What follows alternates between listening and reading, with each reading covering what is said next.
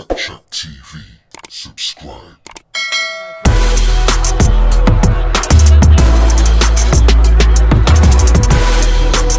He has also talked about it.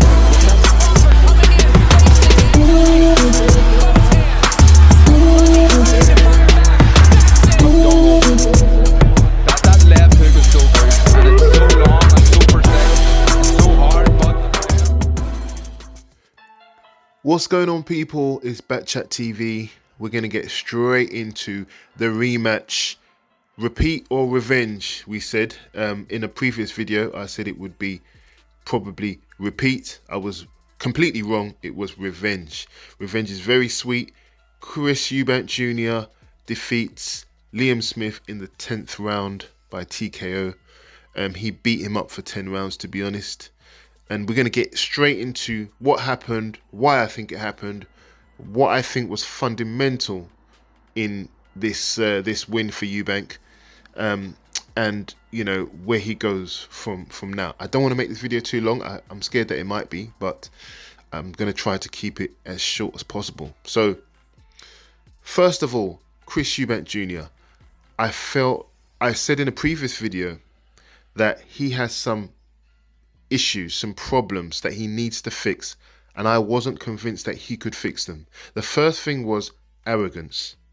Now, some people might disagree with me, but I've always seen Chris Eubank Jr. as kind of, you know, he straddles that line between arrogance and confidence all the time. And his father, even though I love Chris Eubank Sr., big fan, his father is kind of to blame for this, putting that that kind of arrogance in his son from a young age. You know, that you're better than others and you're better than him. All you have to do is turn up. My son is going to be the best. He's going to beat Floyd Mayweather's 50-0 record. He'll be undefeated. He said all these things, and you know, as a young boy, he just listened to his father, and that's where the arrogant mindset kind of crept in.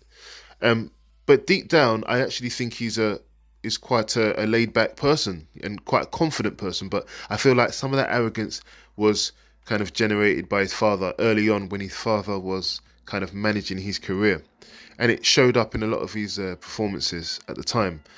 And he carried this on, and this is why he lost a lot of fights. You know, he lost because of this false confidence that all he has to do is turn up. If you look at his previous fights, like I said in the previous video, Billy Joe Saunders, he never gave Billy Joe Saunders a chance of beating him. His father never gave Billy Joe Saunders a chance of beating Chris Eubank Jr. And look what happened. Same thing again when he went on to fight George Groves. The same thing. He never gave George Groves a chance. He thought all he had to do was turn up, you know, and it was a foregone conclusion. Same thing with Liam Smith. In the first fight, he didn't give Liam Smith any respect. He thought he only had to turn up. We saw all the interviews, all the comments about being 40%, 30%, all that stuff. This is all arrogance. When you're in there with a professional fighter who's been through the amateurs and who's had many fights at a higher level than you, anyone can get knocked out. Eubank Jr., he learnt this when he lost. I feel like he needed this. If you look at all the people that are cocky and arrogant, they always lose. And it's because being arrogant means that you overlook your opponent. You underestimate how much you need to train. You underestimate what you have to do in the ring. Even in the first fight, we saw Chris Eubank Jr., he would hit Liam Smith with a flurry of shots and the uppercut, and then he would kind of sit back and admire his work. The reason why he was doing that was because he didn't feel like Liam Smith could touch him. So he kind of was leaning back on the ropes, thinking that he would be too fast to get hit. He could slip out the way and catch him with counters. And all he did was give Liam Smith the opportunity to throw the combinations, which ended up knocking him out. This was because of arrogance. It forced him to completely change his mindset, which is what I want to get onto. The mindset changed. He realized that he can be knocked out. He had to become humble. He had to really go back to basics. He changed his whole team, which I thought was great. Get rid of Roy Jones. Go with someone who is proven, like Bomac, and that really helped him. This really helped him. First of all, they got his weight cut correct, which he got wrong in the first fight. He fully rehydrated in this fight, which you could see before he even started the fight. You could see in his body. He rehydrated properly. He looked huge in there, and he looked fit. He looked rehydrated. He'd put on muscle, but in the right way, and he looked physically much stronger. Conversely, Liam Smith was the total opposite. Now, Liam Smith, I don't want to take anything away from Eubank, but Liam Smith had postponed this fight twice, I think. This was due to injury. I feel like I believe him. I think he did come back too soon. I think that he was, once you're injured, sometimes you're under pressure in there, the injuries come back. He twisted his ankle. His weight cut didn't look good. He said he lost 42 pounds and it really affected him in the ring. I believe all these things. I also believe that the arrogance swapped over to him because he won so easily. He started to feel himself too much. He started to believe that he's always been better than Chris Eubank Jr. And Chris Eubank Jr., because he didn't have an amateur career, he's got no chance against the better boxer, which he thought was himself. And you see that how that arrogance. And Liam Smith is the last person who you'd think would be arrogant, but that's what a win can do for you. You know, every minute he was poking fun at how he beat Chris Eubank Jr. and how he would beat him again and stuff like that. That's what happens, man. You have to stay humble. Have to stay humble. Everyone has to stay humble. I feel like it's swapped over, and now Chris Eubank got the reality check and realized that he has to be humble, and he was humble all the way through the promotion of the second fight. He was humble, never arrogant. He was humble. He was confident in the work that he'd put in, that he had changed his team. He was listening to Bomac. He was listening to the trainers.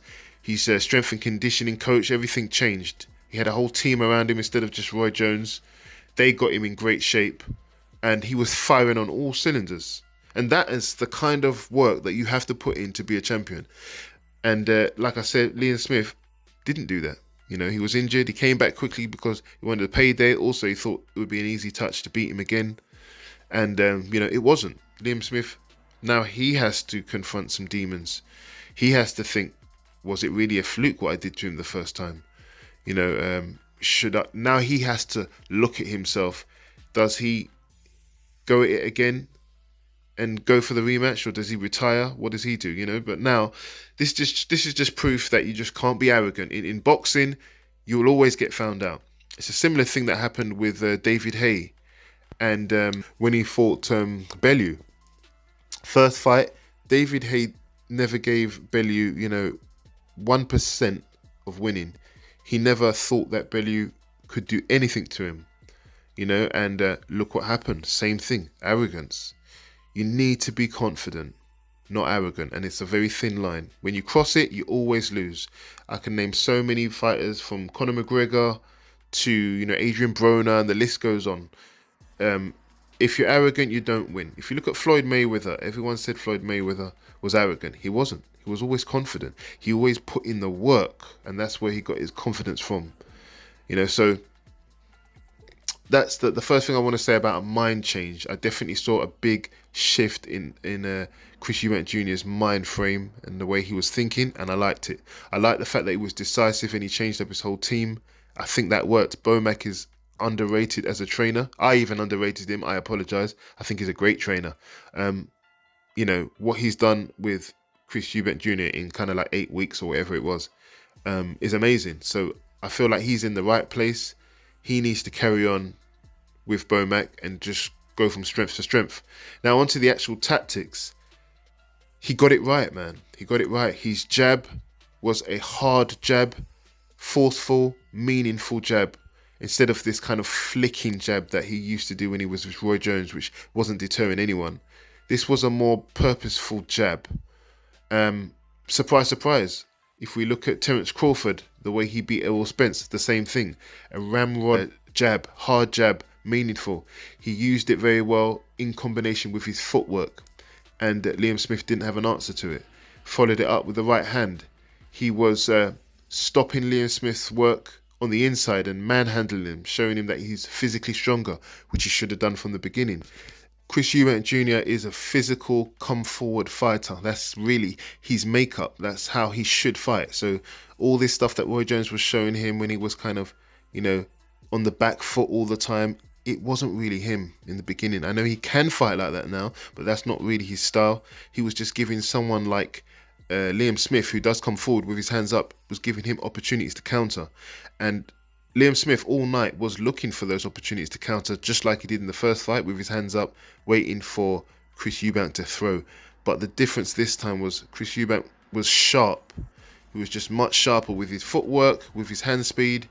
And like I said, he was coming in for the clinch anytime he either missed or, just to stop Liam Smith from coming forward. And he started to push Liam Smith back, which is very difficult. Liam Smith insists on coming forward. His footwork is geared towards coming forward all the time. So going back, he kind of not looked useless, but he kind of looked disarmed, if you see what I mean. So he disarmed him by pushing him back. He was very physical on the inside, and he was throwing a lot of shots. He was throwing more combinations. He was really letting his hands go, and I haven't seen Eubank do this for a while. So all these things were good, and this is what led to the TKO win in the 10th round. Up until then, he dominated with this style.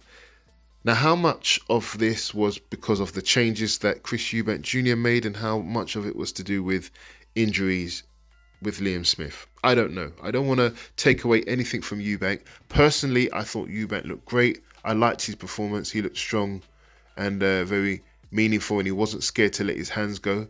And I like that, because a lot of people end up being apprehensive when they get stopped, like the way Chris Eubank Jr. did. You could see the nerves and stuff because of what happened, but his composure was really good all the way through this the whole fight. But even before, in the build-up, his composure was good. He didn't bite on any of the things that Liam Smith was saying, and he showed everything in the ring. Now, I do feel that Liam Smith wasn't completely himself, and I think this was evident from the fact that it got delayed. The fight got postponed twice because of injury. I think the 42 pounds that he had to lose was a lot. I feel like you could clearly see that there was an effect from losing the weight. I don't think he got the weight cut correct, but one thing I would say is, when it comes to professional boxing, it's not just the fight that matters, it's everything. Everything matters. The trash talking, who gets the mental edge, who gets the weight cut correct, if someone's weight drained, if somebody's injured, all these things matter. And then the fight is just the icing on the cake. It's the final part of a puzzle, and you have to get every part of that puzzle correct to win. So Liam Smith lost, and it's a fair loss. It doesn't matter what happened beforehand. You lose. Like I said, everything matters. If you didn't get your weight cut correct, that's a small loss as well. In the chain of events, you lost if you didn't get the weight cut correct. If you didn't rehydrate, you lost. If you didn't train certain things, you lost. If you have an injury, you've lost. Do you see what I mean? It's not just the fight itself. So I don't like excuses. Chris Eubank Jr. was the better man.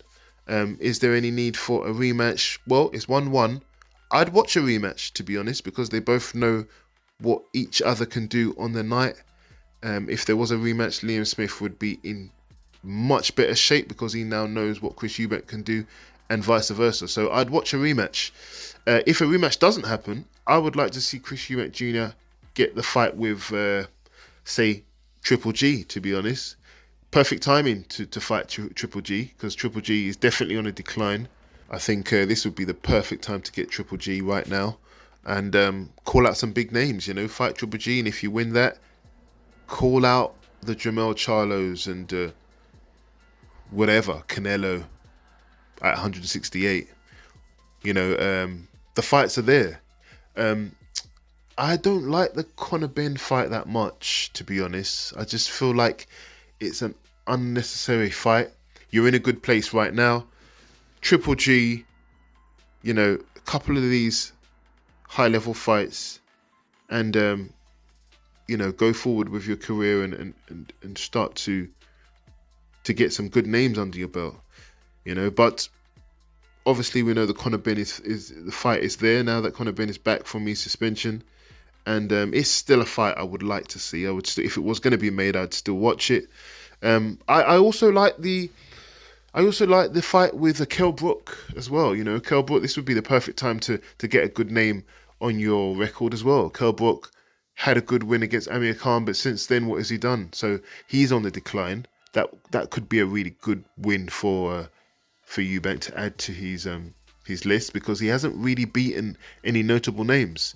Chris Eubank Jr. has always fallen short when he's come up against good competition, but right now I feel like he's in the best place of his life. I think he's with a great team, and getting a chance to be training with Terence Crawford. You know, you can't ask for anything better. I think he should stick to this team and stay where he is. And if he does this, I think he's only going to get better from here. You know, but we'll have to see what happens. But I felt like this was a really good win. Now, where does Liam Smith go from here? I'm not one of these people that are screaming retirement. Everybody says that as soon as somebody loses. I mean, just a few months ago, he was having the best time of his life, the best win. And now he's come up short. I feel like he's fought a lot of high-level competition. He has to really think about what he wants to do. You know, how bad are his injuries?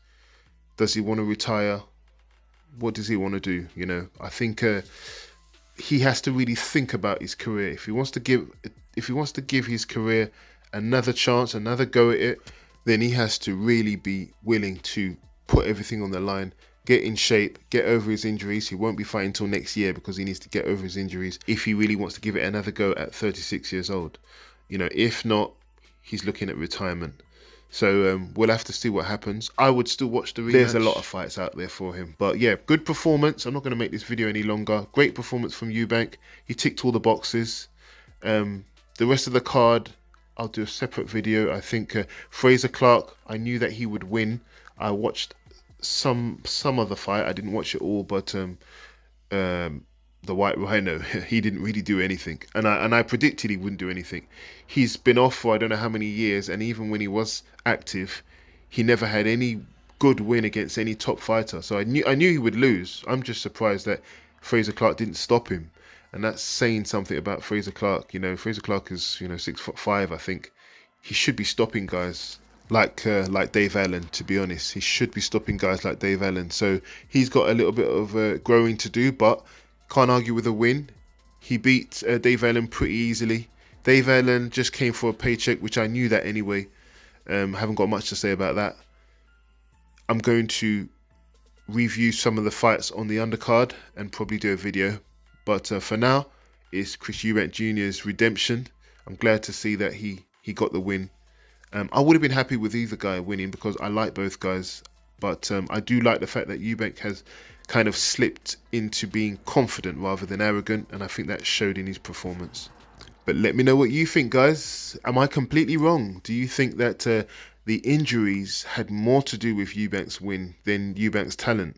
Maybe Liam Smith just wasn't himself? Let me know what you think. I'm on to the next one. Once again, guys, if you enjoyed my video, please leave a like, a comment. I love to get back to everyone's comments, and please subscribe to my channel. Thank you.